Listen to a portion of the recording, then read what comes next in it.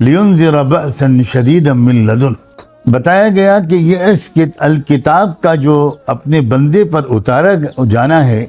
اس کے پیچھے ایک بندے کی ایک ذمہ داری ڈالا جانا ہے۔ یہ بندہ محمد، اس کی ایک خاص ذمہ داری یہ بھی ہے، اور یہ الکتاب جو اتاری جا رہی ہے اس کے اتارے جانے کا ایک مقصد یہ بھی ہے، اور خاص طور پر اگر آپ الکتاب سے مراد خاص طور پر یہ سورت لے لیں تو اور زیادہ یہ معنی فٹ بیٹھ جاتا ہے کہ اس سورت کے اتارنے کا تو خاص مقصد یہ ہے کہ آگاہی دی جائے، آگاہ کیا جائے، وارن کیا جائے، باخبر کیا جائے۔ لِيُنذِرَ بَأْسًا شَدِيدًا مِّن لَدُنْ، آگاہ کیا جائے، باخبر کیا جائے، بأسًا شدیداً، ایک بہت سخت تکلیف سے، جو تکلیف عام اسبابی راستے سے نہیں آئے گی، وہ تکلیف اس مالک کی طرف سے بھیجے ہوئی ایک سزا، ایک عذاب کی شکل میں آئے گی۔ بأسن جو ہے یہ عربی زبان میں ایک ایسا لفظ ہے کہ ایسا معلوم ہوتا ہے کہ اس کا اصل مفہوم یہ ہے کہ جنگیں اور جنگوں کی وجہ سے آنے والی تکلیفیں اور مصیبتیں۔ ہر قسم کی تکلیف کو شاید بأس نہیں کہتے، بلکہ ان تکلیفوں کو کہتے ہیں جو جنگ کی وجہ سے آئیں، اور جنگ کو کہتے ہیں۔ تو اس کا مطلب یہ ہوا کہ ایک ایسی جنگ جو مسلط ہوگی خدا کی طرف سے، انسانیت کے پروردگار کی طرف سے، اس کی طرف سے ایک سزا کے طور پر ایک جنگ مسلط کی جائے گی۔ میرے الفاظ پر غور کرتے رہیے گا۔ من لدن ہو، کچھ چیزیں ایسی ہوتی ہیں کہ جن کے بارے میں بالکل یہ انسان کو یہ ماننا پڑتا ہے کہ بھئی یہ صرف انسانوں کی پلاننگ نہیں ہے، یہ انسانوں کے پروردگار کا ایک زبردست منصوبہ اور پلان ہے، اور اس کے تکوینی نظام اور تکوینی فیصلے کے طور پر یہ چیز وجود میں آئی ہے۔ ایک علم ہے جو انسان کو ملتا ہے کسی دوسرے ذریعے اور وسیلے سے، کتابوں کے مطالعے سے ملتا ہے، کسی استاذ کے سامنے زانو شاگردی طے کرنے سے ملتا ہے، جو عام سورسز ہیں نالج کے، ان کے ذریعے وہ نالج یا علم ملتا ہے۔ اور ایک علم وہ ہے جو انسان کو کسی ظاہری سبب کے ذریعے نہیں بلکہ رب کی طرف سے براہ راست ملتا ہے، اس کو لدنی اسی لیے علم کہا گیا۔ تو وہ جنگ جو جس کے بارے میں آگاہ کرنا ہے اس سورت کو، کہ یہ سورت خاص طور پر اتاری گئی ہے اس لیے کہ وہ آگاہ کرے کہ ایک بہت زبردست جنگ اور اس کے نتیجے میں آنے والی تکلیفیں مسلط کی جائیں گی۔ کس پر مسلط کی جائیں گی؟ ابھی ٹھہریے، یہ بات بھی اسی آیت کے اگلے حصے میں آ رہی ہے، لیکن اس سے پہلے کہ اللہ تعالیٰ یہ بات واضح فرمائے، اس سے پہلے ایک بات اور کہیے۔ لِيُنذِرَ بَأْسًا شَدِيدًا مِّن لَدُنْهُ وَيُبَشِّرَ الْمُؤْمِنِينَ الَّذِينَ يَعْمَلُونَ الصَّالِحَاتِ أَنَّ لَهُمْ أَجْرًا حَسَنًا مَاكِثِينَ فِيهِ أَبَدًا۔ یہ بتانے سے پہلے کہ اس جنگ کا خاص الخاص میدان کہاں سے گرم ہوگا، کون سے قومیں ہوں گی جن پر یہ عذاب جنگ کی شکل میں مسلط ہوگا، یہ بتانے سے پہلے اللہ تعالیٰ نے یہ فرمایا وَيُبَشِّرَ الْمُؤْمِنِينَ۔ اور اس صورت کا ایک مقصد یہ بھی ہے، اور اس بندے کی ایک ذمہ داری یہ بھی ہے، اس رسول کی ایک ذمہ داری یہ بھی ہے کہ وہ ان لوگوں کو جن کے پاس دو چیزیں ہیں، المؤمنین، جن کے پاس ایمان اور یقین ہے، اور الذین یعملون الصالحات، دوسری چیز یہ ہے کہ ان کو عمل صالح نصیب۔ ان کو یہ خوشخبری سنانی ہے کہ تم کو اس دھمکی اور اس وارننگ سے پریشان ہونے کی بالکل ضرورت، تم کو تو بہترین انعام ملے گا، اجرن حسنا، بہت حسین خوبصورت حسن والا انعام ملے گا، جس میں تم ہمیشہ ہمیشہ کے لیے رہو گے، وقتی طور پر نہیں ملے گا، ماکثین فیہ ابدا، ہمیشہ کے لیے تم کو اجر حسن ملے گا۔ وَيُنذِرَ الَّذِينَ قَالُوا اتَّخَذَ اللَّهُ وَلَدًا۔ آئیے ذرا سا سمجھیں ایمان اور عمل صالح کی حقیقت کیا ہے، اور پھر میں عرض کرتا ہوں اس لیے سنیں اور سمجھیں کہ ہمارے اندر یہ ایمان اور عمل صالح پیدا ہو اور ہم ان لوگوں میں شامل ہوں جن کو یہ خوشخبری اللہ تعالیٰ سنا رہے ہیں، المؤمنین الذین یعملون الصالحات۔ دیکھیے، ایک تو انسان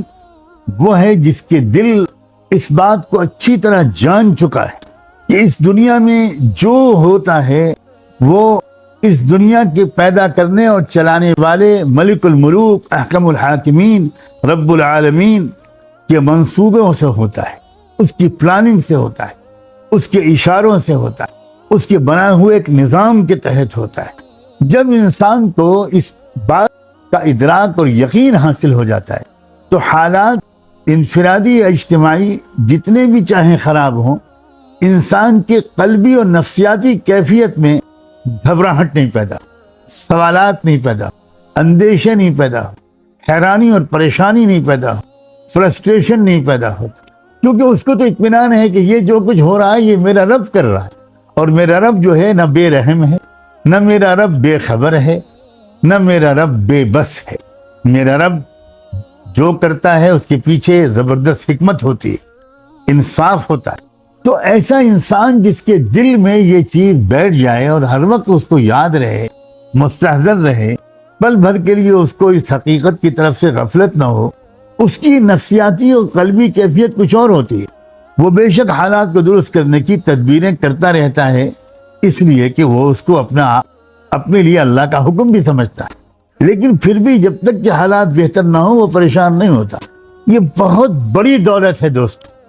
بہت عجیب و غریب قسم کی یہ ایک قلبی اور ذہنی کیفیت ہے، اور آج دنیا کی اکثریت اور ہماری اکثریت اس قلبی دولت سے محروم ہے۔ اسی قلبی اور دولت کے نتیجے میں یہ جو دل کی کیفیت ہے، اسی کے نتیجے میں جو دل کی پرسکون کیفیت ہوتی ہے اسی کو سکینت بھی کہتے ہیں۔ مثال کے طور پر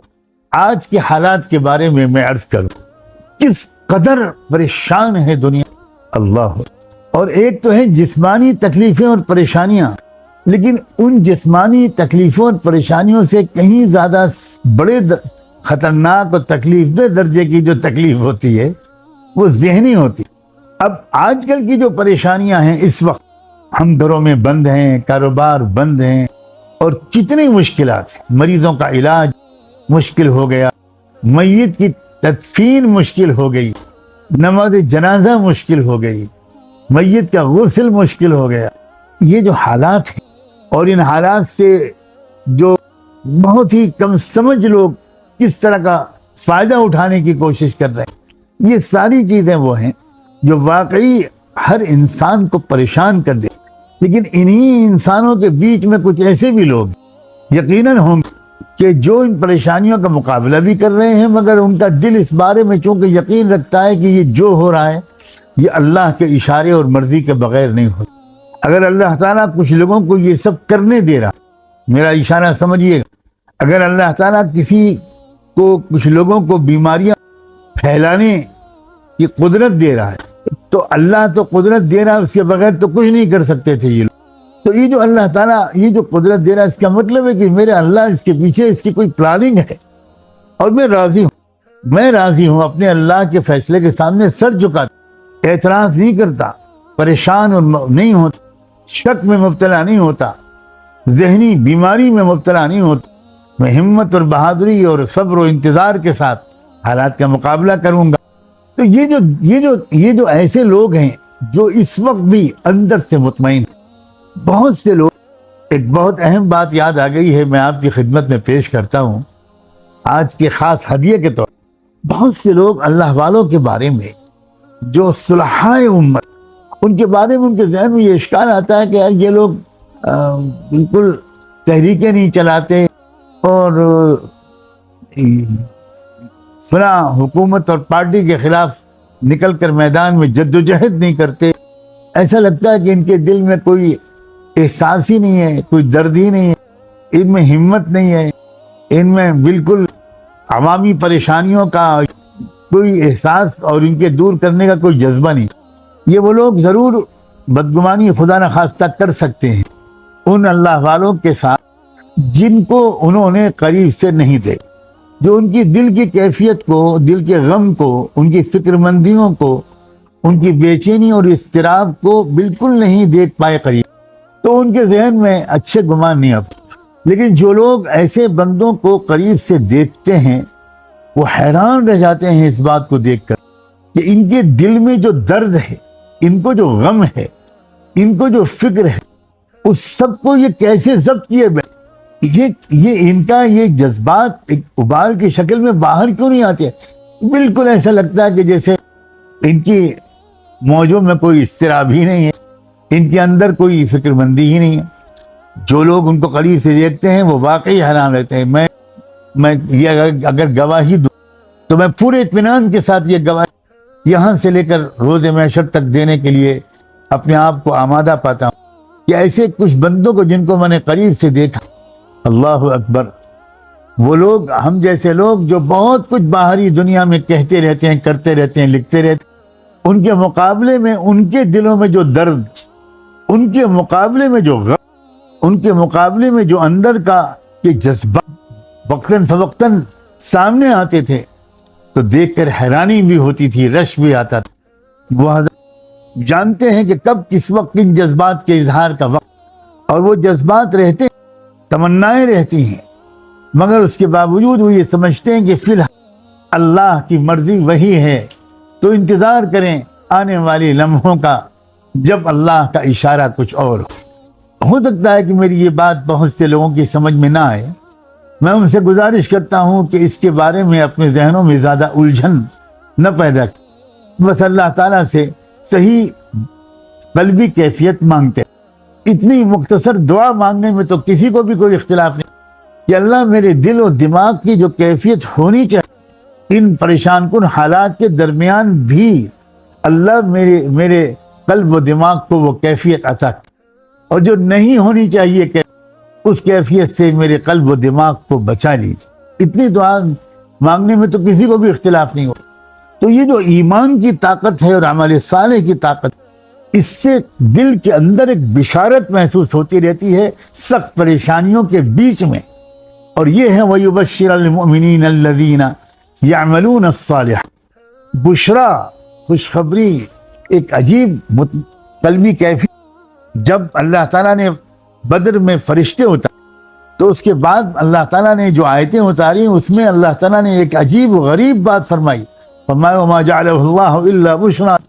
وَلِتَطْمَئِنَّ بِهِ قُلُوبُكُمْ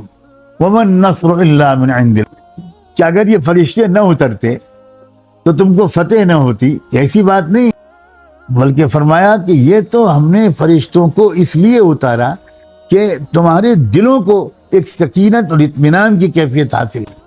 آپ اکثر اماموں سے نماز میں وہ آیت سنتے ہیں، ان الذین قالوا ربنا اللہ ثم استقاموا تتنزل علیہم الملائکۃ الا تخافوا ولا تحزنوا وابشروا بالجنۃ التی کنتم توعدون، کہ جو لوگ اس حقیقت کو مان لو، جان لیتے ہیں، اقرار کر لیتے ہیں کہ ہمارا رب اللہ ہے، اور پھر اس کے تقاضوں پر جم جاتے ہیں، ثم استقاموا، ان کے اوپر فرشتے اترتے، کیوں اترتے ہیں؟ ان کے دل کو خوف اور غم کی کیفیت سے بالکل محفوظ رکھنے کے لیے فرشتے ہوتے ہیں۔ تو یہ جو دل کی کیفیت ہے نا، اس کا تذکرہ ہو رہا ہے وَيُبَشِّرَ الْمُؤْمِنِينَ الَّذِينَ يَعْمَلُونَ الصَّالِحَاتِ۔ میں کیسے بتاؤں آپ کہ جو حضرات بات کھل کر میدان میں آ کر ظالم طاقتوں کا مقابلہ کرتے ہوئے نظر نہیں، وہ اپنی تنہائیوں کتنے لمبے لمبے سجدے کر کے اور کتنے گڑ گڑا کر اللہ تعالیٰ سے اس ظلم کے خاتمے اور انصاف کے نظام کے قیام کی دعائیں، اور کتنی کثرت، کتنی چوٹ، کتنی فکر مندی ان کے دل پر ہوتی ہے۔ یہ تو ان کے بہت قریبی لوگ جانتے، ان کو چونکہ اس کی کوئی پرواہ نہیں ہوتی کہ لوگ کیا کہیں، اس لیے وہ اظہار کرنا غیر ضروری سمجھتے۔ وہ یہ جانتے ہیں کہ ہر چیز کے اظہار کا وقت، وہ بے وقت دکھانے کی، اپنی شجاعت کو، اپنی بہادری کا سکہ جمانے کے لیے وہ ایک لفظ نہیں بولے، وہ بے نیاز ہو، وہ باہما ہونے کے ساتھ بے ہما بھی ہو، انہیں اس کی پرواہ نہیں ہوتی کہ لوگ کیا کہیں، ان کا دل اللہ کی طرف اور صرف اللہ کی طرف متوجہ۔ تو اشارہ ہو رہا ہے کہ جس دور تکوینی نظام کے دنیا کی کچھ قوموں پر، کچھ خطوں پر، کچھ لوگوں پر جنگوں کے ذریعے آنے والی مصیبتوں کا عذاب مسلط کر دیا جائے، اسی دور ایمان اور عمل صالح والے لوگ بالکل اطمینان کی زندگی گزار رہے، اطمینان کا مطلب عیاشی نہیں کر رہے میں کس طرح اللہ کی منشا کو آپ تک پہنچ، نہیں، عیاشی نہیں کر، وہ وقت کے تقاضے کے مطابق اللہ کے احکام پر عمل کر رہے، لیکن اصل مسئلہ یہ ہے کہ ان کے اوپر کوئی خوف اور گھبراہٹ، یہ وہ لوگوں کو کیفیت نصیب ہوگی جن کے دل کو ایمان کی حقیقت نہ، اور المؤمنین الذین یعملون الصالحات، جن کو ایمان کے ساتھ اعمال صالحہ، اعمال صالحہ میں سب سے اونچا درجہ عبادت، جن کا اللہ سے تعلق عبادات والا، دعا، مناجات، ذکر، محبت، خشیت والا، جن کو اللہ تعالیٰ سے انس، اللہ سے محبت ہو جائے، جن کو آخرت کی فکر ہو، تو پھر ان کی عبادات بھی اچھی، ان کے اخلاق بھی، ان کا رہنے سہنے کا، بولنے کا، چلنے پھرنے کا، کھانے پینے کا انداز بھی، ان کا اپنے گھر والوں کے ساتھ تعلق بھی بہت ہی خوش، رشتہ داروں کے ساتھ، پڑوسیوں کے ساتھ، محلے والوں کے، اپنی مسجد کے ساتھیوں کے ساتھ، اپنے بڑوں کے ساتھ، اپنے چھوٹوں کے ساتھ، اپنے علماء کے ساتھ، اپنے صالحین، اپنی پڑوسی قوموں کے بہت اچھا تعلق، اور ان کے معاملات بھی پاک، وہ کسی کو دھوکہ نہیں دینا چاہتے، کسی کو نقصان نہیں پہنچانا چاہتے۔ جب کسی انسان اچھی قلبی کیفیت نصیب ہو جائے، مضبوط یقین و ایمان اس بات پر کہ جو ہوتا ہے اللہ کی مرضی، اور جس کی مرضی سے، جس اللہ کی مرضی سے ہوتا ہے، وہ بے خبر نہیں ہے، وہ بے رحم نہیں ہے، وہ بے بس بھی نہیں، وہ دانا، وہ مہربان ہے، وہ جو کچھ کر رہا ہے اس کے پیچھے بہت بڑی نعمتوں کا دینا اس کا منصوبہ ہو، وہ کسی پر ظلم نہیں، اور جن کی دل کی یہ کیفیت ہو جاتی ہے وہ سراپا عمل ہے، ان کے چہروں پہ تازگی، ہونٹوں پہ مسکراہٹ، اخلاق میں مزاج میں تواضع اور خدمت گزار، اور کیسی صفات پیدا ہوتی، سخاوت، ہمدرد، یہ سب چیزیں مل کر عمل ہے۔ آج ہمارے معاشرے میں کچھ ایسا ہو گیا ہے کہ اگر پوری تشریح نہ کی جائے اور صرف اعمال کا لفظ بولا جائے تو ہمارا ذہن دو ایک اعمال کی طرف منتقل، اور چونکہ ہم وہ اعمال بظاہر اپنے کو کرتا ہوا تو ہم سمجھنے لگتے ہیں کہ ہم عمل صالح والے لوگ۔ اصل میں عمل صالح یہ زندگی کے وہ تمام پہلو جن کی طرف میں نے ابھی اشارے کیے، ان سب کا رخ ٹھیک، ہمارے معاملات پاک صاف ہوں، ہمارے دل کے جذبات، ہماری تمنائیں اچھی ہوں، ہمارے اخلاق اچھے ہوں، ہمارا بیہیویئر، بڑوں کے ساتھ جو برتاؤ ہونا چاہیے ہمیشہ وہی، چھوٹوں کے ساتھ جو برتاؤ ہونا چاہیے ہمیشہ، شوہر کا بیوی کے ساتھ، بیوی کا شوہر کے ساتھ، بھائی کا بھائی کے ساتھ یا بہن کے ساتھ، اور بہن کا بھائیوں وغیرہ وغیرہ، جس طرح کا برتاؤ ہونا چاہیے نا وہ برتاؤ، یہ سب مل کر عمل ہے۔ تو جن لوگوں نے کوشش کی، سیکھا، اور سب سے زیادہ توجہ اس پر کی، یہ ڈگری لے لیں، وہ ڈگری لے لیں، یہ سب ٹھیک ہے، لیکن اس کے ساتھ اور اس سے پہلے اور اس جن کی توجہ اس پر رہتی ہے کہ میرا ایمان بنتا چلا جائے، بڑھتا چلا جائے، اور میرے اعمال میں صلاح اور حسن و جمال، یہ وہ لوگ ہیں جن کو اللہ تعالیٰ کہتے ہیں کہ خوشخبری کہ تم کو تو ایسا اجر ملے گا جس میں تم ہمیشہ ہمیشہ رہو، جب تک دنیا میں رہو گے تب بھی تم ایک اچھی قلبی کیفیت کے ساتھ، اور جب دنیا سے تم جاؤ تو وہ بھی تم وہاں جو جاؤ گے تو شاندار تم کو بدلہ ملے گا تمہارے ایمان اور عمل صالح کا، تو تم تو ہر جگہ کامیاب ہو، یہاں بھی اور وہاں بھی۔